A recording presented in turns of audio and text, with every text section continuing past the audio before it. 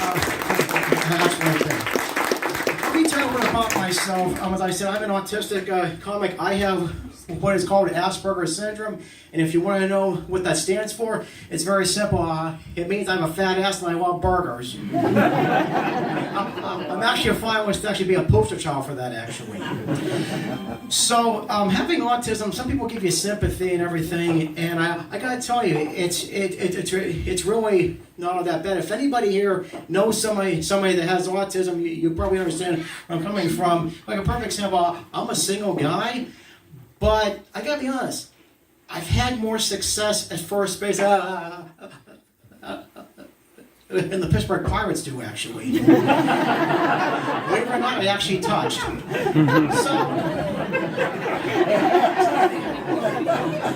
I was talking about having a fat ass and everything. People are always telling me, "Will you stop picking on yourself?" Look, we live in a town where right down the street they put French fries and coleslaw on sandwiches. I'm sorry, this thing is bought and paid for.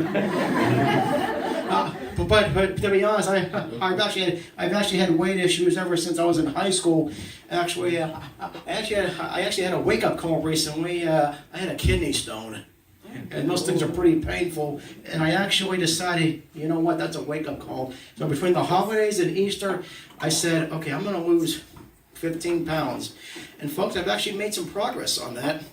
I'm only 19 pounds away from that goal now.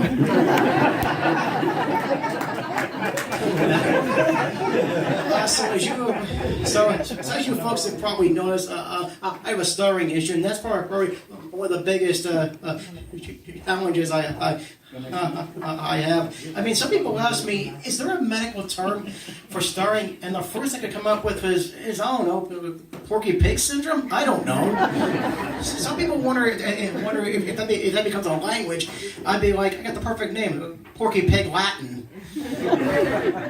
So anyway, so even though I stutter, even though I have a disability, you know, over the past number of years, I've been able to figure out a way to have some fun with it. And the person who got that story was my dad, actually. Unfortunately, he could not be here tonight because that's what I told security.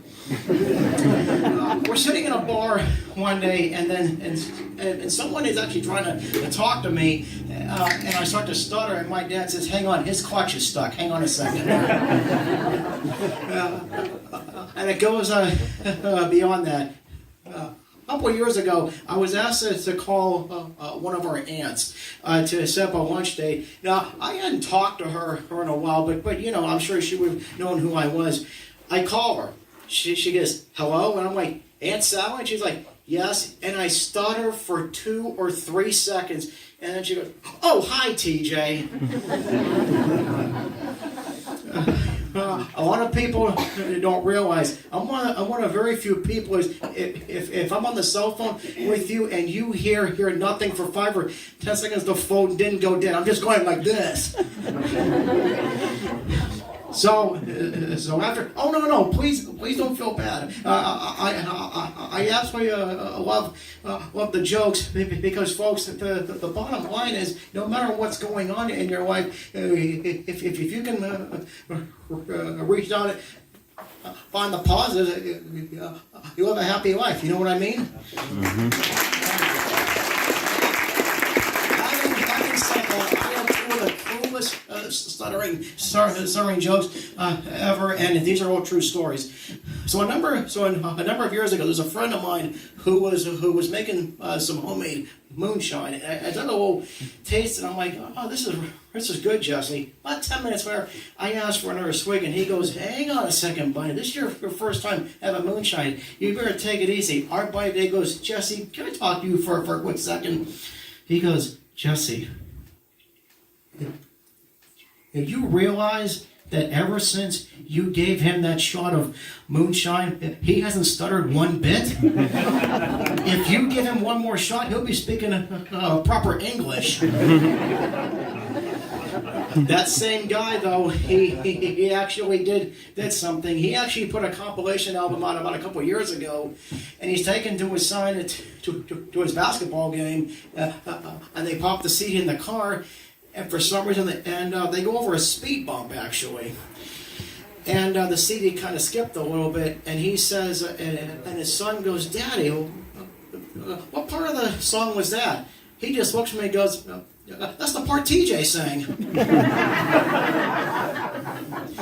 I absolutely love that, but his wife beat the shit out of him that night.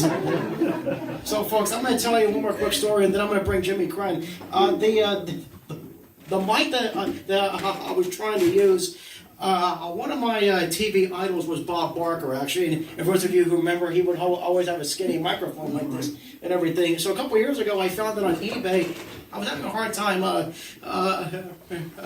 trying to get it work. So over at InStuff Music over in Freeport, I text him on the messenger, and instead of just telling him, I have a Super Scope microphone, I just went on Pittsburgh and went, "Hi, I have a Bob Barker style microphone. Can you help me out with this thing? It's actually not working too well." And he sent me back two answers. He said, first of all, "Yeah, bring it on and we'll change up the wire for you." And then he said, "I have one more thing to tell you." And I'm like, "Yes." And he goes, "Don't forget to have your pets spayed and neutered." All right, folks, ready for your headliner.